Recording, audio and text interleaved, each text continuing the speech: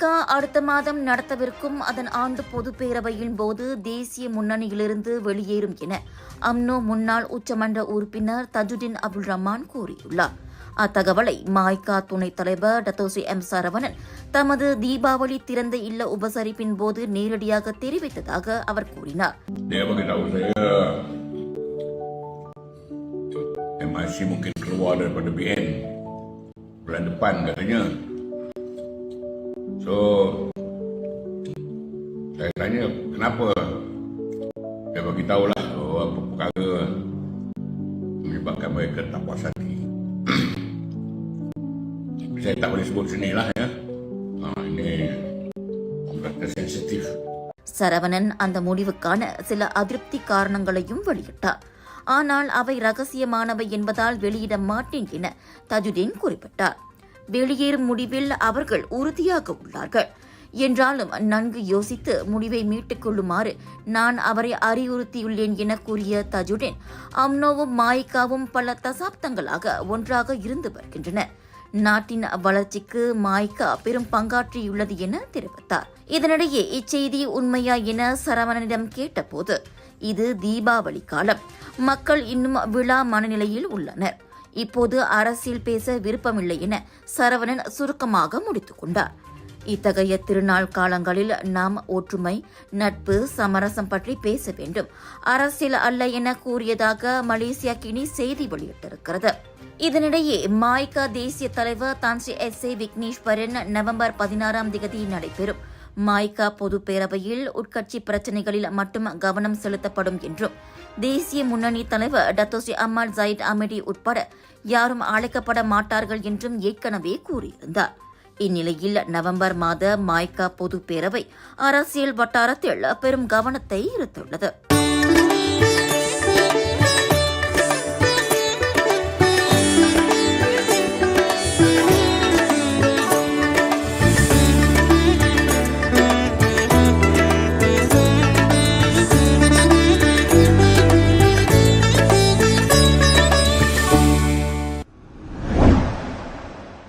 நேற்று கோலாலம்பூரிலிருந்து சரவாக்கின் பிந்துலுவுக்கு சென்ற Malaysian airlines விமானத்தில் திடீரென கேபினில் காற்றழுத்த பிரச்சினை ஏற்பட்டது.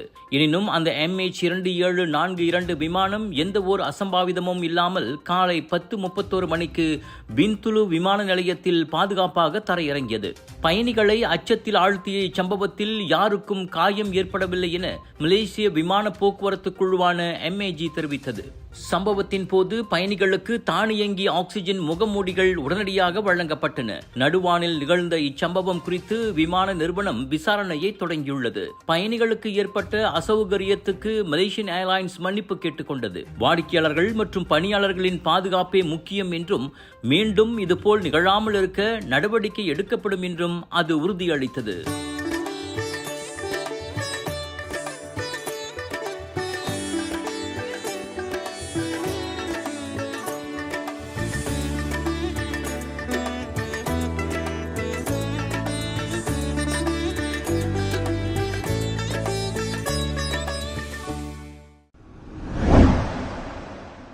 இவ்வாண்டு சன்வே லகூன் தீபாவளி கொண்டாட்டம் வெறும் விளக்குகளின் திருவிழா மட்டுமல்ல, உலகம் முழுவதிலுமிருந்து வரும் சுற்றுப்பயணிகளுக்கு மலேசிய கலாச்சாரத்தின் தனித்துவத்தை வெளிப்படுத்தும் ஒரு மேடையாகும்.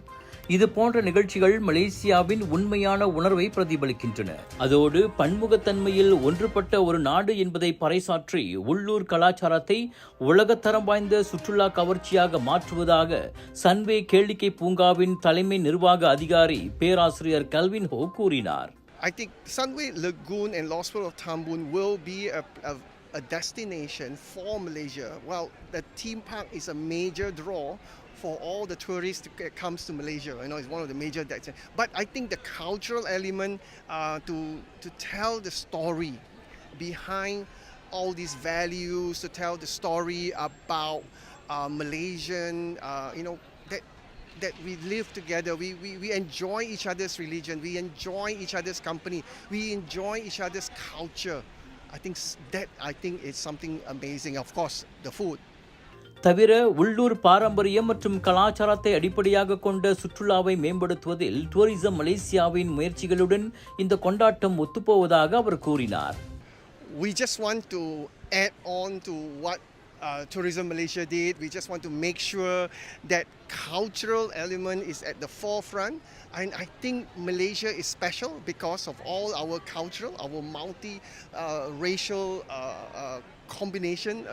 So many types of religion, so many types of people, and yet we live in this happy environment called Malaysia. I think Malaysia is a melting pot of culture, of all kinds of people. Not only Malaysians celebrate this awesome event, I think it is a showcase for all our tourists that comes to Malaysia and see this beautiful celebration. And you come to one country and we celebrate all the major celebration in Asia. Christmas, Chinese New Year, Raya, and also Deepavali. தனித்துவமிக்க அந்த கேளிக்கை பூங்காவில் கடந்த வார இறுதியில் ஆயிரக்கணக்கான உள்ளூர் மற்றும் அனைத்துலக பார்வையாளர்கள் திரண்டனர். மனிதனால் உருவாக்கப்பட்ட உலகின் மிகப்பெரிய கடற்கரையான சர்ஃப் பீச் கடற்கரையில் கலாச்சார நடன நிகழ்ச்சிகள், குடும்ப நடவடிக்கைகள் மற்றும் வான வேடிக்கை நிகழ்ச்சிகளை அவர்கள் கண்டு ரசித்தனர். பாரம்பரிய நடனம் மற்றும் இசை நிகழ்ச்சிகளோடு மணல் கோட்டை கட்டுதல், குழந்தைகள் விளையாட்டுகள் மற்றும் உள்ளூர் உணவு விற்பனை போன்ற நடவடிக்கைகளும் களை கட்டின. பிரமிக்க வைக்கும் வான வேடிக்கையுடன் அன்றைய தீபாவளி குதூகலம் நிறைவடைந்தது.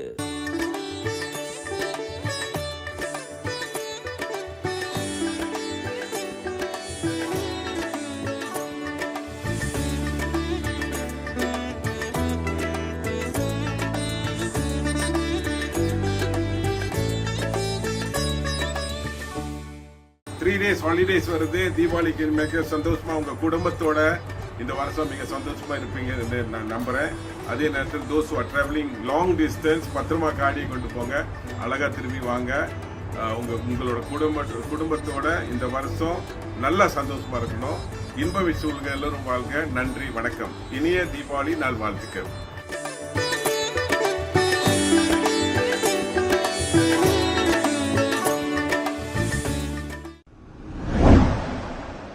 கிடாவில் 15 வயது மாணவியை பாலியல் வன்கொடுமை செய்ததாக 4 பதின்ம வயது பையன்கள் மீது பாலிங் குழந்தைகள் நீதிமன்றத்தில் குற்றம் சாட்டப்பட்டுள்ளது. ஜூன், ஜூலை மற்றும் ஆகஸ்ட் மாதங்களில் சியோங்கில் உள்ள ஒரு செம்பனை தோட்டத்திலும் பாலிங்கில் உள்ள ஒரு பள்ளி வகுப்பறையிலும் அக்குற்றங்களை புரிந்ததாக 4வரும் குற்றம் சாட்டப்பட்டனர். எனினும் அனைவரும் குற்றச்சாட்டை மறுத்து விசாரணை கோரினர். 2017 சிறார் பாலியல் வன்கொடுமை சட்டத்தின் கீழ் குற்றம் சாட்டப்பட்டுள்ளதால் குற்றம் நிரூபிக்கப்பட்டால் அதிகபட்சமாக 20 ஆண்டுகள் சிறை தண்டனையும் பிரம்படியும் விதிக்கப்படலாம். தலா 3000 ரிங்கிட் மற்றும் ஒரு நபர் உத்தரவாதத்துடன் 4வரையும் ஜாமீனில் விடுவித்த நீதிமன்றம் நவம்பர் 27ஆம் தேதி வழக்கு மறு செவிமடுப்புக்கு வரும் என அறிவித்தது.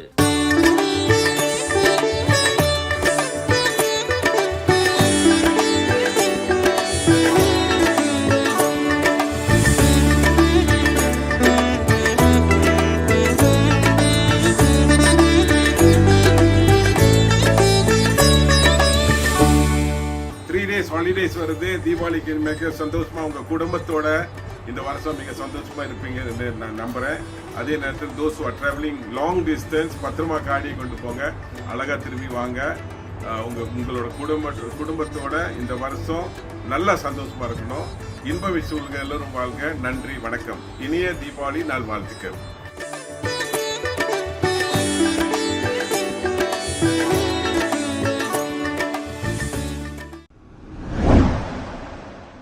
பினாங்கு ஜூரு கம்போங் ஸ்கோலா பகுதியில் கடந்த சனிக்கிழமை நிகழ்ந்த தாய் மகள் இரட்டை கொலை குறித்து வதந்திகளையும் யூகங்களையும் பரப்ப வேண்டாம் என போலீசார் கேட்டுக் கொண்டுள்ளனர். விசாரணை அனைத்து கோணங்களிலும் தீவிரமாக நடைபெறுகிறது.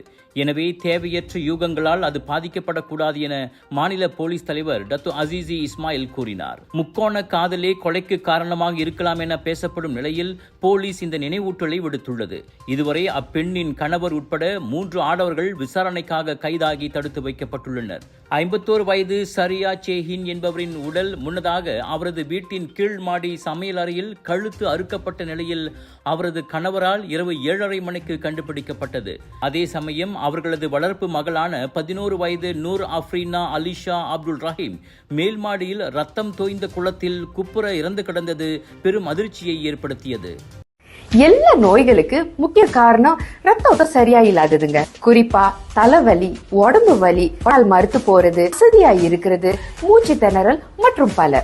இத நீங்க இப்படியே விட்டுட்டீங்கன்னா ரத்த கொதிப்பு, இனிப்பு நீர், இருதய சம்பந்தப்பட்ட நோய் மற்றும் பல நோயெல்லாம் வர ஆரம்பிக்கும். டென்ஷன் ரத்த ஓட்டத்தை சீராக்கிடும். இது நவீன முறையில தயாரிக்கப்பட்டது. 2 ஆண்டுகளா மலேசியால பயன்படுத்துறாங்க.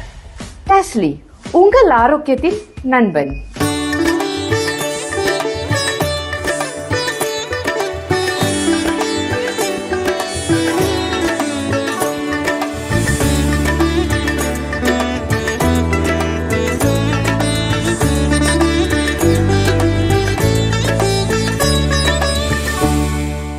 தீபாவளி ஒரு அன்பு குடும்பத்தோட பாதுகாப்பாக மகிழ்ச்சியாக கொண்டாடுங்க. என் இனிய தீபாவளி நல்வாழ்த்துக்கள்.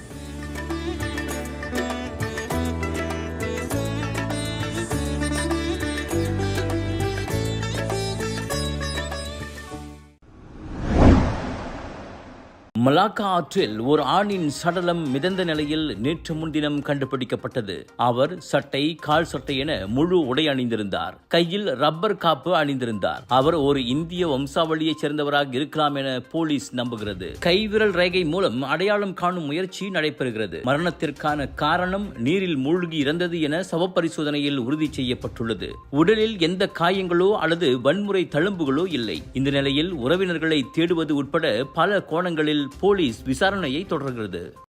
எல்லா நோய்களுக்கு முக்கிய காரணம் ரத்த ஓட்டம் சரியா இல்லாததுங்க. குறிப்பா தலைவலி, உடம்பு வலி, கால் மறுத்து போறது, வசதியா இருக்கிறது, மூச்சு திணறல் மற்றும் பல. இத நீங்க இப்படியே விட்டுட்டீங்கன்னா ரத்த கொதிப்பு, இனிப்பு நீர், இருதய சம்பந்தப்பட்ட நோய் மற்றும் பல நோயெல்லாம் வர ஆரம்பிக்கும். டென்ஷன் ரத்த ஓட்டத்தை சீராக்கிடும். இது நவீன முறையில தயாரிக்கப்பட்டது. 2 ஆண்டுகளா மலேசியால பயன்படுத்துறாங்க. டெஸ்லி, உங்கள் ஆரோக்கியத்தின் நண்பன்.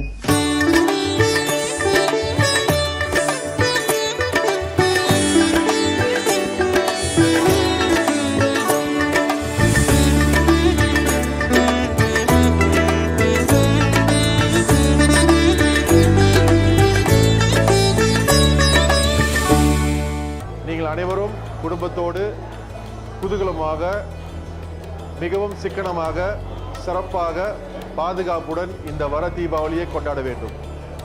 அனைவருக்கும் என் இனிய தீபாவளி நல்வாழ்த்துக்கள்.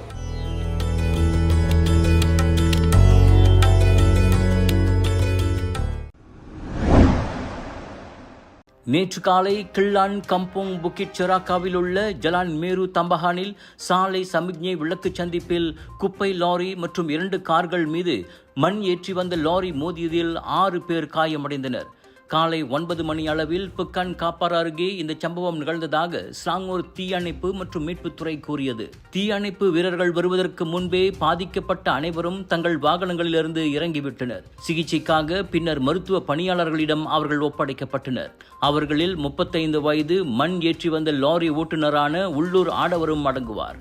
இச்சம்பவத்தின் 23 வினாடி டேஷ்கேம் பதிவு முன்னதாக வைரலானது. அதில் பச்சை விளக்கு மாறியதும் குப்பை லாரியும் இதர வாகனங்களும் நகர தொடங்குவது தெரிகிறது. இருப்பினும் இடது புறத்திலிருந்து திடீரென வந்த மண் ஏற்றி வந்த லாரி ஓடும் வாகனங்கள் மீது மோதி தள்ளியது. ஒரு நாளைக்கு நம்ம இருதயம் எத்தனை வாட்டி துடிக்குது தெரியுங்களா? கிட்டத்தட்ட 1 லட்சம் வாட்டி. நம்ம தூங்குற நேரத்துல இருதயம் மெதுவா துடிக்கும். நம்ம இருதயம் ஒரு என்ஜின் மாதிரி நான் ஸ்டாப்பா உடம்பு முழுதும் ஆக்சிஜன் பம்ப் பண்ணிட்டு கார்பன் டை ஆக்சைடை வெளியாக்கிடுறோம். ரத்த ஓட்டம் இருதயத்துக்கு சீரா இல்லைன்னா பல பிரச்சனைகள் வர ஆரம்பிக்கும். உயர் ரத்த கொதிப்பு, இருதய சம்பந்தப்பட்ட நோய்கள் மற்றும் பல. டெஸ்லி டென்ஷனோட மகிமை ரத்த ஓட்டத்தை சீராக்கிடும், இருதயத்தின் சுமையை குறைக்கும். டெஸ்லி, உங்கள் ஆரோக்கியத்தின் நண்பன்.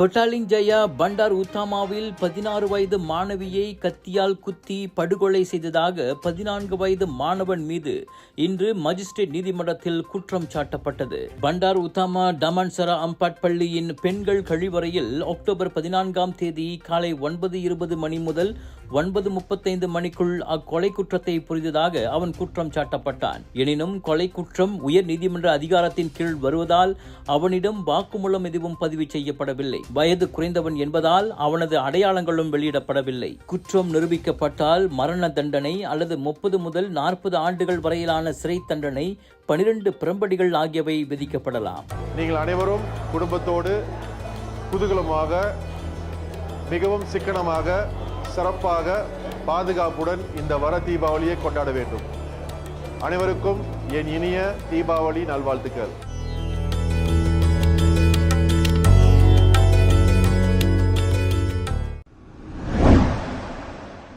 தமிழகத்தில் தீவிரமான வடகிழக்கு பருவமழை காரணமாக பல மாவட்டங்களுக்கு சிவப்பு எச்சரிக்கை அறிவிக்கப்பட்டுள்ளது. விழுப்புரம், கடலூர், மயிலாடுதுறை, திருவள்ளூர், தஞ்சாவூர் உள்ளிட்ட 8 மாவட்டங்கள் அதில் சம்பந்தப்பட்டுள்ளன. 4 மாவட்டங்களில் பள்ளிகளும் கல்லூரிகளும் தொடர்ந்து மூடப்பட்டிருக்கும். தலைநகர் சென்னை ஆரஞ்சு எச்சரிக்கையில் வைக்கப்பட்டுள்ளது.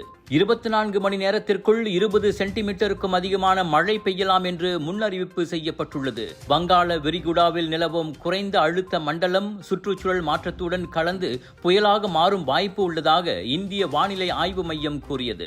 இதையடுத்து மீட்பு மற்றும் நிவாரணப் பணிகளுக்கான முன்னேற்பாடுகளை முழு வீச்சில் கவனிக்குமாறு முதல்வர் மு.க. ஸ்டாலின் உத்தரவிட்டுள்ளார்.